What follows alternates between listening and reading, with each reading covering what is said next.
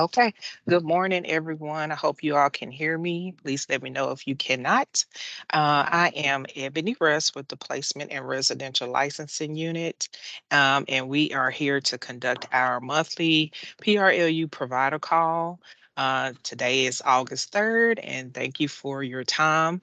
I can promise you this meeting will not last long because I do want to be respectful, and I know you all have a lot of things to do. And so we'll go ahead and get started. Um, Welcome, everyone. We do have a few people that I'd like to just acknowledge before we get started. I see Miss Tiffany Wright is on. Good morning, Tiffany. How are you?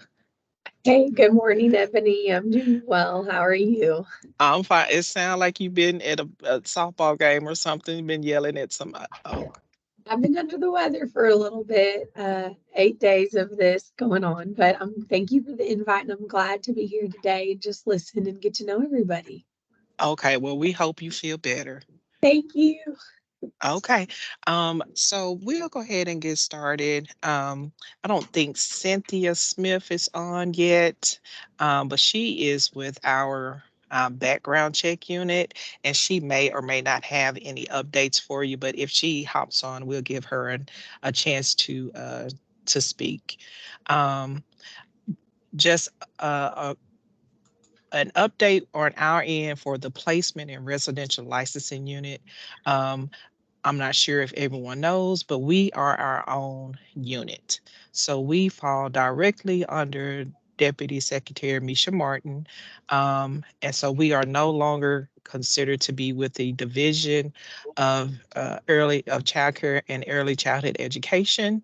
As a matter of fact, that division is no more. They are currently the Office of Early Childhood, and they fall under the Department of Education. So we are experiencing a lot of changes here on our end. We are trying to make those as smooth as we can, and it should not affect you all in any way. But we just wanted to ensure that you all were aware of what's going on our end. So to get started, I did want to just kind of ask everyone, like, how has their summer been? We know that school is about to ramp up, and you're going to have to work with those families, those children, those teachers. Are you all prepared for school to start? Do you have any back to school plans or activities that you're getting ready to do? Or is there anything going on with back to school, and are you ready?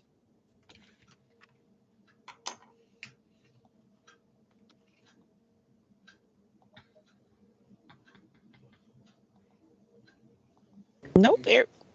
Hello. Hey, Lori. Hey, it's Lori at CYS. We've been busy all summer. The kids do activities every day. They do an outing weekly. We break them down into small groups. Today they're going over to Dairy Queen for ice cream. So we just try to incorporate as much as possible. Of course, we have a lot of QRTP kids. So getting ready, getting clothing together, school supplies, individual case managers and our direct care staff primarily take care of that. Our facility director has been busy keeping activities scheduled throughout the summer. So we've actually had a pretty good summer. That's good to hear. Anyone else like to share? So I do have a question, and this is so that maybe it'll help the next agency. Is there or has there been an activity that you all have participated in and you feel like that was not the activity that we should have done? Maybe we should think of something different the next year, um, or whatever the circumstance was, that activity did not work out. You guys experience any of that at your agencies? No? Everything pretty good?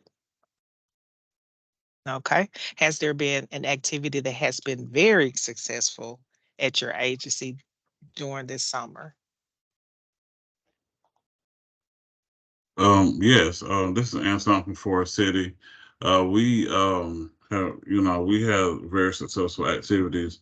We take our higher levels, our willing and succeeding, and that's level 3 out of 4. We took them to hijinks in Jonesboro, and it's kind of like a one-stop shop. I think and it's where they can do laser tag, they can do bowling, they can play games, and they really, really enjoyed that.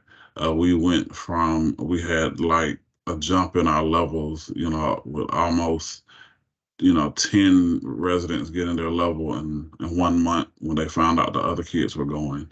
So I think it's a secure environment. It was easy to manage, and you can even get food there as well. So it was very successful. Okay, very good.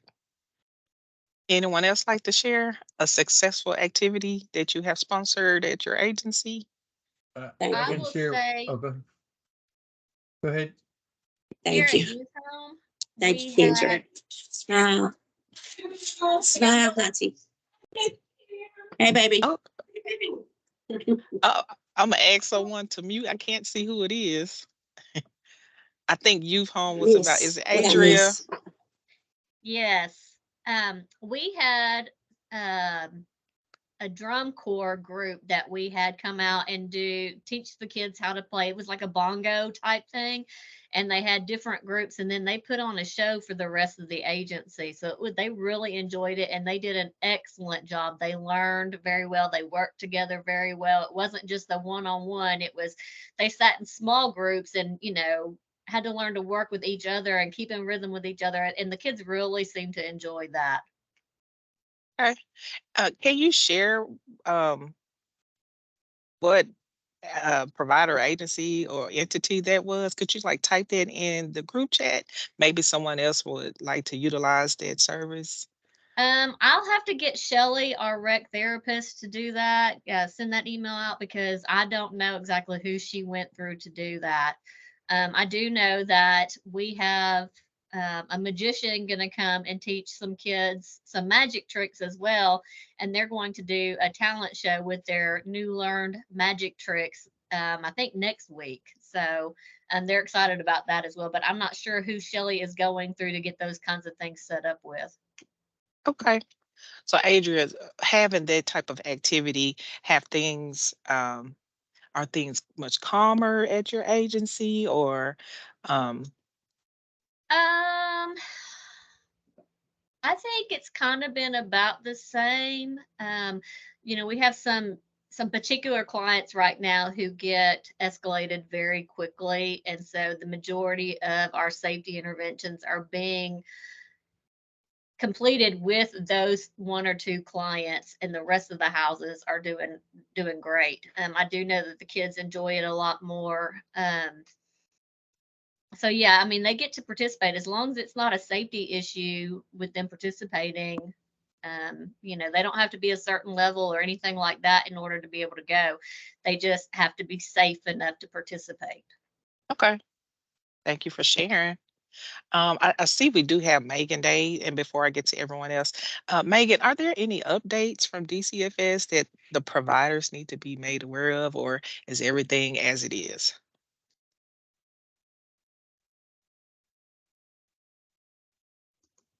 I'm sorry.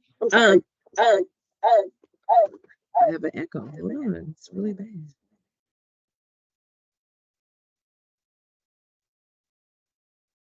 But real quick, Ebony, no, I don't have any updates. Oh, thank you for that. I'm sorry about putting you on the spot, but I know you and Tiffany may have to hop out, so I'm just trying to catch you while I can. Craig, were you gonna say anything? Yeah, but then I muted myself. So, yeah, I was just going to say we did a couple things this summer. We had, of course, our summer camp, which we do at Camp Tanaco, where we took all the QRTP kids.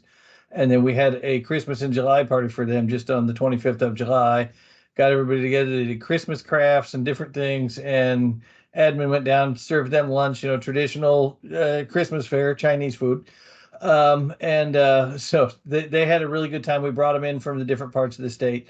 And then in each of our PRTFs, we're having a back to school bash party as well next week. And so that will be involve different games and different things for them to do. And yeah, in all cases, yes, it's something the kids do look forward to.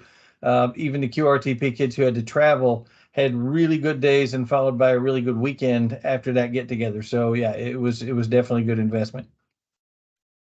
Fantastic. So that's what we like to see is the change in the behaviors because we know sometimes um, the youth kind of get complacent where they are and they get idle and then they may start to kind of act up. And so having activities for them to do will kind of maybe distract them from doing those things and may encourage them to continue with good behavior so that they can earn those points or good Samaritan rewards. I don't know what you call them. And so that they can kind of continue with that type of behavior. So any activities that you guys have, like feel free to share and we'll get them out. Maybe it'll be helpful to the next agency or not. But thank you all for sharing. Lori, did you need to say something? I have a question off that subject. We're trying to find out, is Alicia Christopher still working? Because we're getting emails back say that her email is currently blocked. Okay, good segue. So we do have Cynthia Smith. She's on now. She is over the background check unit now. Alicia Christopher does not work with the agency anymore. And so Cynthia, I'll let you introduce yourself just in case there's someone who may not know you.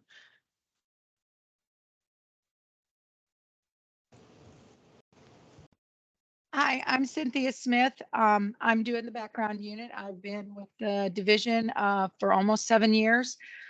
So if you have any questions or anything, I'll put my information in the chat so that you can contact me. I don't know if Ebony has gone over this, but our emails aren't working right at the moment. So if you want to call me, you can call if you've got some questions about some background checks that aren't, completed. Okay, Cynthia, can you enter your telephone number in the group chat? Yes, ma'am. And Cynthia, while I have you, are there any updates or anything that you're seeing on a routine basis that you need to address concerning background checks and providers? No, really not. I just, want to always tell everybody to make sure that when you go to that second page, you check that date of birth. Because if that date of birth is off or that name is spelled wrong, they're not going to fingerprint them. I don't want you guys to have to spend more money than, is needed to get fingerprints, but it's very important that you double check that date of birth before you hit that submit. Just the new forms don't need to be notarized anymore. It's quite simple. They come back to you in a PDF file. So all you have to do is save it and upload it. So we've tried to make it as easy as possible to get that stuff uploaded and into the INA system. Thank you very much, Cynthia. You're welcome. Okay. So just for our topic for today, does anyone have any questions before I move forward? Okay, so real quick on our topic for today is, does your agency know the minimum licensing standards? So do you have access to them?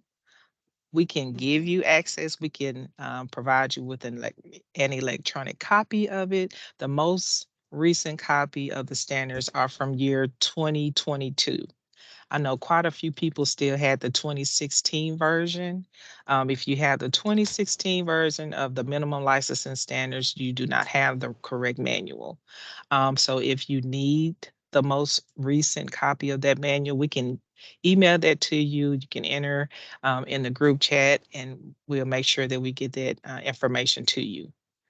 But if you do have the standards, I did want to know, like, how are your staff informed of the standards? So are you sharing that information, or is it just a higher level thing where only management knows about the regulations, and then you have your own policies? So how do you guys work through that? Hey, Lori, can you mute Lori?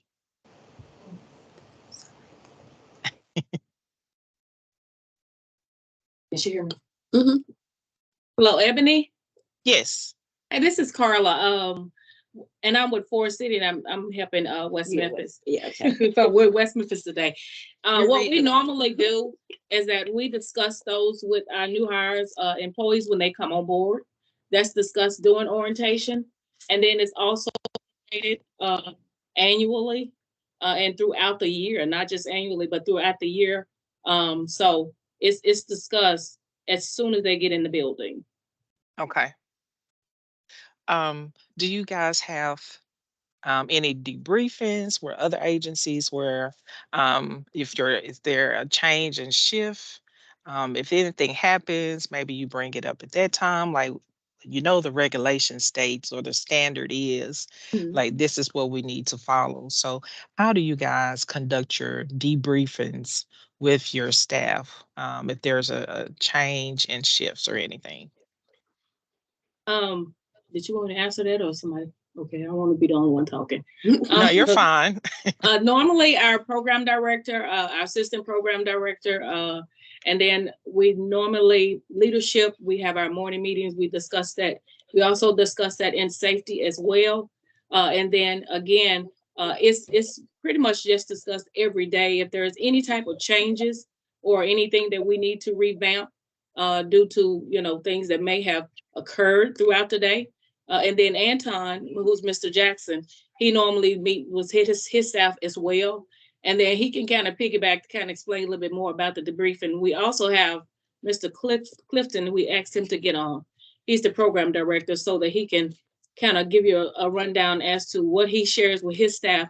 So I think it's information. It can be information overload, but we do want to make sure that they are aware whenever there are some changes or whenever there's some things that needs to be implemented. Anton, would you like to add to that? Yes, of course I would. We on a regular basis, we also do it on our safety. We have a safety team meeting every day where we go over grievances and safety issues. We also go over those updates as well and kind of come up with a plan on how we'll disseminate the information to all staff. Once again, new hire orientation and also their annual. And we just make sure that throughout the year that, this is the why to when we put out directives or say this is, these are some new things that you're going to have to do, whether it's an MHT or a therapist or a nurse.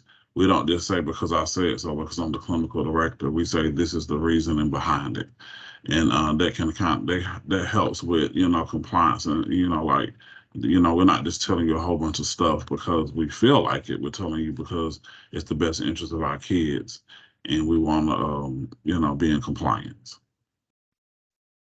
Thank you, Mr. Jackson. Would anyone else like to share? Yes, I blame licensing all the time. No, but I'm Do it, joking. Renessa.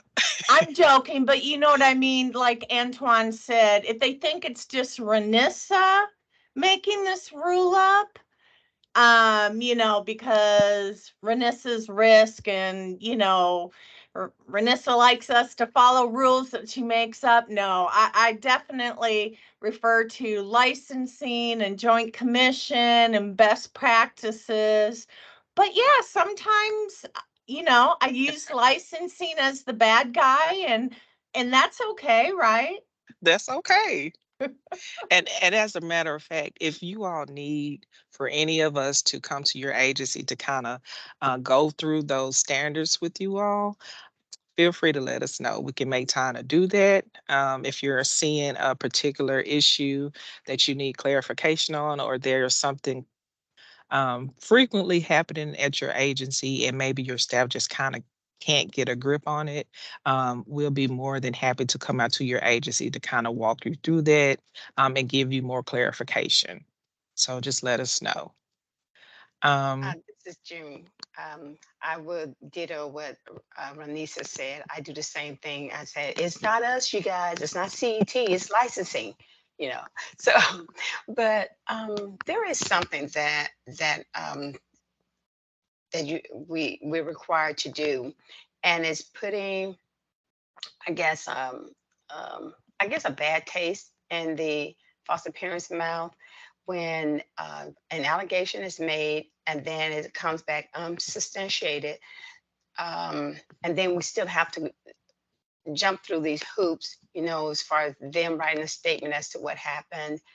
And let's see, if the foster parent were accused of hitting the kid, then we provide a copy of the license, our disciplinary policy, and then we give you guys a copy of the training that they've had on discipline, and then it has to go before the review board. And so they said, so the parents is complaining, because saying, look, we are, taking these kids in and them, but then we're made to look like the bad guy. And I said, I understand that you feel that way. I said, but this is just a policy, a procedure that you have to go through just to, make sure that everything is on the up and up. But anyway, it has, like I said, just put a bad taste in the parents' mouth when they have to, you know, um, jump through just do this additional stuff when the investigations come back that is unsubstantiated. Okay. Well, we can look more into that. If it's an unsubstantiated finding, then we typically don't take those before the board, unless there's something different on the DCFS end that you all require. But the licensing unit kind of we ended there. So Tiffany or Megan, if you want to talk That's a little more about that.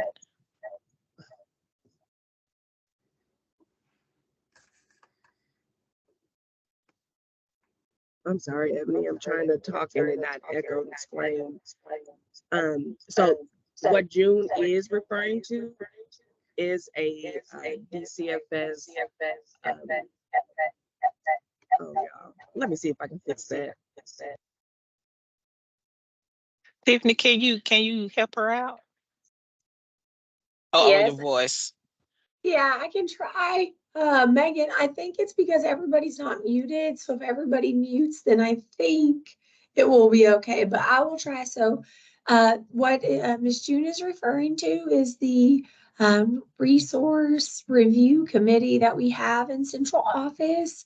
It is DCFS policy that even if a child maltreatment allegation is unsubstantiated on any foster home, that it still come before the resource review committee. And that is because we review and watch for continued unsub maltreatment reports. We are making sure we're making good decisions because just because it's unsub, we're looking at bigger picture, right? And it's all foster parents, including TFC, private license placement agency, that have to go through the process.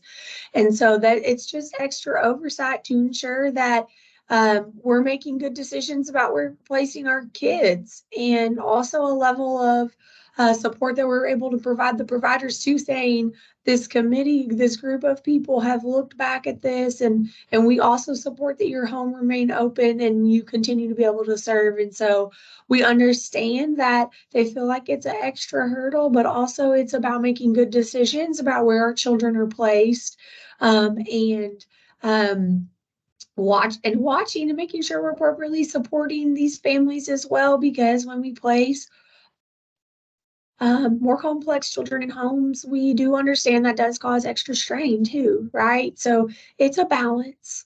Megan, you want to correct anything I said? And I'm very sorry for how I sound, y'all. I'm very sorry. Let's see. Okay, now it's working. No, that is what I was gonna say. Um, and just to reiterate, I mean, we could, a finding could be unsubstantiated, but like Tiffany says, that does not mean there are not other concerns um, surrounding the placement, the child, the family. So it does give us that extra step to assess further and make sure that our kiddos are placed in the most appropriate and safe placements. Okay. Thank you very much for sharing that information. I did want to kind of talk about just some trends or some things that we've seen throughout the different license types. And so this is just open discussion. If you have any feedback, that's fine. If not, that's okay as well. But for our adoption agencies, like, are you guys ensuring that your home studies are like thorough and complete, or are you having any issues with completing those home studies and the background checks? Are there any concerns for that process? None. Okay, I see you, Lisa. I have a concern. Okay. When the adoption specialists contact us, they're asking for, now I can understand asking for the therapy notes, but every child in our program, whether it's incident report, progress report, medical, we forward that on to the worker. Well, there's quite a bit of a turnover in DCFS. So when the adoption specialist contacts us and says, well, we need this, this, this, and this, I said, well, we faxed this, and this, and this, that to the worker. Well, there's been 2 or 3 workers since then. So it seems like to me there should be some kind of way that DCFS can go into the system and gather that information without us having to send off 20 packages, because if a child's been with us for like 3 years, something like that kind of, I say we send all of that to the worker. And often, a lot of times, we're not told that the worker has changed. So what we started doing when I got asked to send all this information, we started just adding 3 and 4 people. And I said, just in case that worker leaves, we're going to put the supervisor on there. We're going to put the health service worker on there. We're going to put this person on there, so that they should be able to go into somebody's system and get that without us having to reproduce all of that and send it off. Do you think that's a good plan, Megan, or is there any future plans for like something electronic or like a system where all of that information can be captured for your staff? Hey Ebony, this is Mashana. So a part of my duties is health service lead. And so we really are trying to use best practice when we receive documents and things like that from providers to make sure that they are uploaded into eDoctus. So by adding the health service worker, yes, I believe that adding, multiple people just in case someone is out, because we don't really have a lot of turnover in health services, knock on wood, thankfully.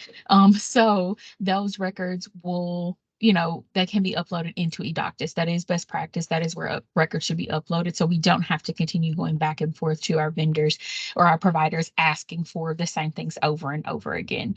So I will get with the adoptions manager and just make sure that is, that messaging is being sent out to our adoptions staff as well to make sure that they're checking with the health units and with eDoctors to see if that information is already somewhere in the system.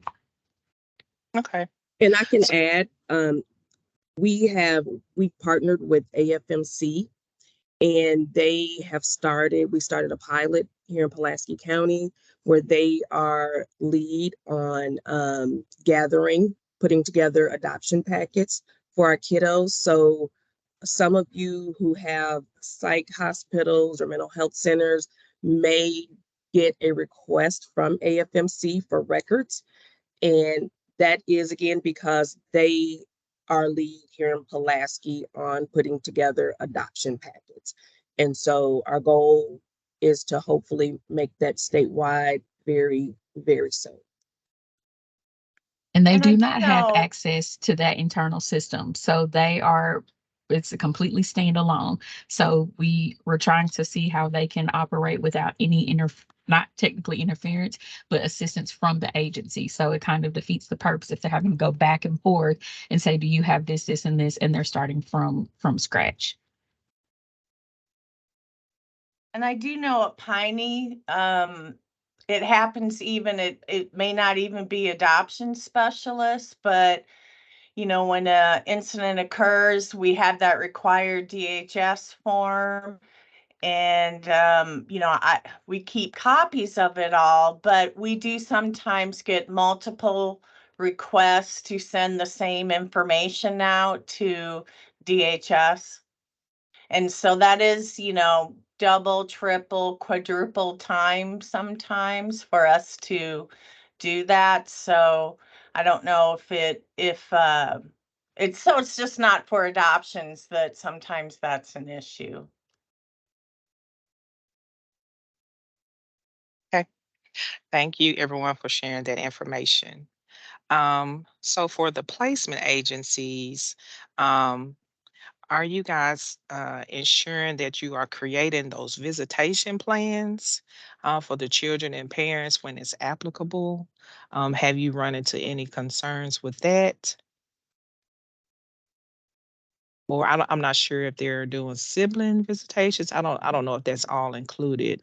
But is anyone having any concerns with visitation with the youth?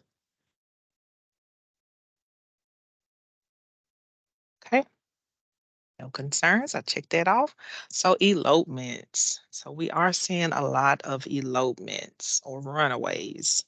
Um, and so can anyone like tell me once the youth return to your agency or facility, like what are you gathering any information on um like what's the reason for them running away? Like is something going on with them? Are they even open to speak about it? Do you think they're distracting the staff, or are they overpowering and kind of getting together as a group to make it happen?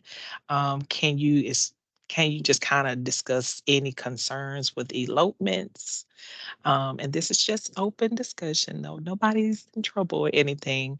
But we are seeing an increase in elopements. And so we just trying to figure out is there something going on, or I'm not sure what to ask on that. If anybody like to share? If not, we'll keep it moving. I'll speak to youth homes. When we live out in the boonies, so they don't usually make it very far off of campus when they Mhm. decide they're going to run. They usually kind of give up before they can make it to the woods and decide to return to the house, especially right now while it's hot. Um, Mhm. Typically it's when we're transitioning from, maybe we've gone to the school and we're walking back to the house, or maybe they've been out on the basketball court, for some rec time, and they're going to walk back to the house. That's typically when they try to make their break for it. In our PRTF facilities, we do not typically have them gang up together, but in Mm. our QRTP houses we have had that issue. But when we do the elopement, when they return to the house, we do a debriefing with the client and we talk to them about all of those kinds of things. And that's usually documented in our incident report in the chart. Are you seeing any trends with them, like their explanation as to why they're leaving? Is it they just want to be free, or they're going to meet up with people, or I don't even know if they say anything at all. Yeah, in PRTF, they just want to be free. They just want to get off Mhm. campus for a little while. I mean, we've even had them say that they wanted to go to acute, so that's why they tried to run away, just because they want to get off campus for a little while or whatever.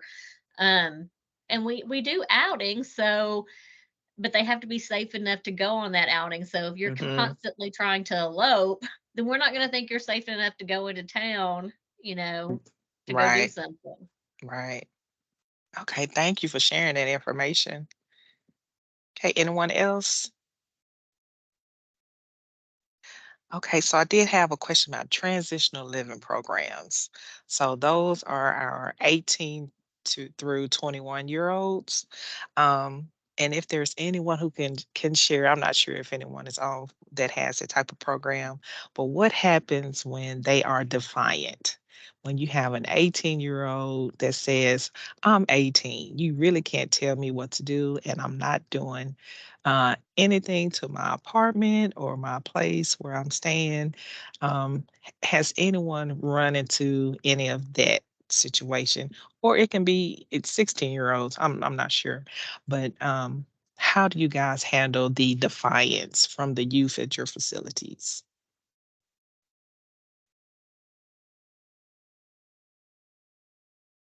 Do you guys like take privileges away? You try to talk them through it, or um, do they rule the roost over there? Like, what's going on?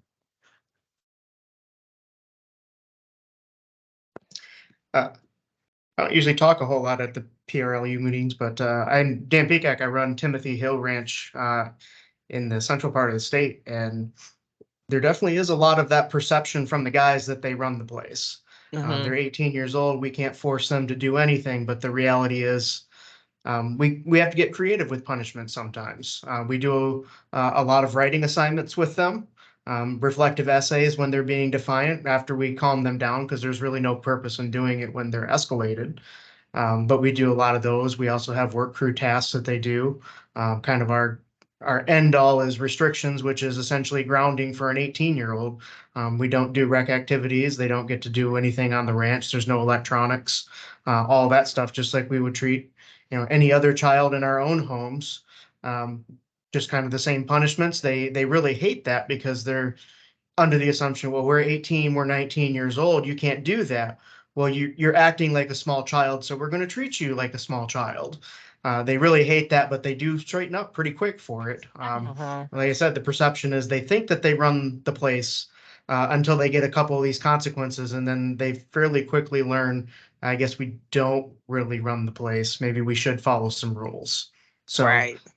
we do hear a lot of those stories. We hear that perception, but it really is not something that we face that often at the ranch. Now, granted, we are a much smaller program than some of you that are out there, but I guess that's kind of the only explanation I have for it.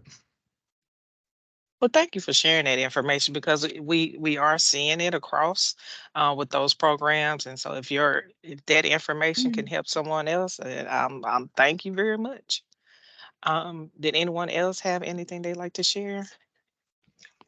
Some of ours, I have talked to myself. So you want to be left alone, right? Because you're 18. So you think you want to be able to do whatever you want to do, right? When you want to do it and how you want to do it. Well, you need your own place for that. And even then, when you get your own place, there are some rules. If you're renting an apartment, you got to go by the landlord's rules. And so wherever you go, there are rules to be followed. But if we're not going to force you to stay, if you don't want to stay in foster care and you want to do what you want to do because you're 18 years old, then all you have to do is give me a note saying, hey, I no longer want to be in foster care. Then you're on your own. And that usually, like Daniel said, that usually calms them down. They settle back and say, gives them something to think about. This is Renessa at QRTP. It can be a struggle at times, especially when you have residents that are developmentally delayed or are seriously mentally ill. And so if you present it that way to some of them, they may attempt to take you up on it. And we really want them to be able to have all the old term is wraparound services, but it can be difficult at times because you don't really want to encourage a 18-year-old that is seriously emotionally disturbed or developmentally delayed to just leave. In addition, some residents have juvenile court involved, and sometimes they assist, and sometimes, to be frank, depending on the court, they don't have much control, for lack of better terminology, over them. So it is a dance at times, and it's not a perfect dance. And sometimes I feel like we struggle with that, with providing them the care, keeping them safe. Also, where we're at, we're in the middle of a sense in Northwest Arkansas, and some of them do go to public school. So they're able to, maybe we set limits on electronics and devices at the group home, or sorry, QRTP. But then they go to public school and they have friends that will give them stuff. And so it's a very complicated process that I think some people outside of all of us looking in might think it's real easy, when in reality, it can be very difficult to meet the needs, keep everybody safe, and assist the residents transitioning into the community. Thank you, Renessa. So you spoke on reality, And I see it like on both ends. So I don't think a lot of the times the youth have like a good perspective of how reality really is when you're on your own, and you have to have standards and respect like the landlord's property, and just standards for yourself. But of course, that can possibly deal with the development of that person. Um, and then the reality of, like you said, your staff, like it's a struggle sometimes. But you have to follow those rules. Like, you have standards, you have people coming in to make sure that those standards are followed. And so I just wanted to talk about that because, again, that's something that we're seeing. And we would love to continue to work with your agencies, because having a better understanding of the point of view of those youth or those young adults helps us out. But of course, I always encourage our staff to, if you see it, you got to document it. If you can talk with the agency about any concerns, you just please do so. Um, but thank you all for that discussion. Um, oh, and I had another question for the placement agency. So, are your caseworkers um, visiting those children face to face? So is it just they see them that one time, and it's 8 months later they hadn't seen them? So are you guys ensuring that that occurs, or so can anyone discuss like what's your plan with your caseworkers? Do they meet with them like bi-weekly, or every month, or every other month, or um, how are you guys handling that situation?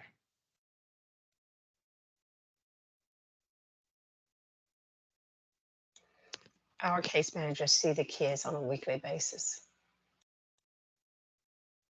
Thank you. Okay. Well, thank you all for the discussion. We went over a little bit, but I appreciate it. It was very insightful. If anyone has any questions or concerns, like feel free to, you can ask them now, or you could email me. No problem with answering your questions. I get back with you as soon as I can. Sometimes I do have to get a legal opinion on some of your questions, and it may take a little while longer, but just keep that in mind. Um, our upcoming events is we do have our next Child Welfare Agency Review Board meeting. It will be held on August the 30th here in Little Rock. If you need to get someone on the agenda for that, today is actually the deadline. Um, Charlotte C. I don't know if everyone knows, but she's our new program manager, PRTF lead for our agency. She's unable to be here today, but she is going to conduct an in-person provider meet and greet. Her plan is to hold that on August the 18th at 1 p.m. here in Little Rock, and she is going to send out some additional information about that. Um, and so we will look forward to seeing you all if you can make it. But other than that, that's all I had. And I do appreciate all of your time. If you have any questions or need to know who your licensing specialist is, feel free to reach out to me. So thank you all so very much, and have a great week. Ebony, do you see the chat from Constavella? Oh, hold on. Okay. There's a plan to terminate parental rights visitation continues with the same schedule until the court hearing. If termination happens, sufficient time is given to plan for the termination. I would think there should be a plan to begin the termination process and not stop visits abruptly. Just uh, very good question. Has anyone else experienced that with the visitations and when they're working towards termination of parental rights? Um,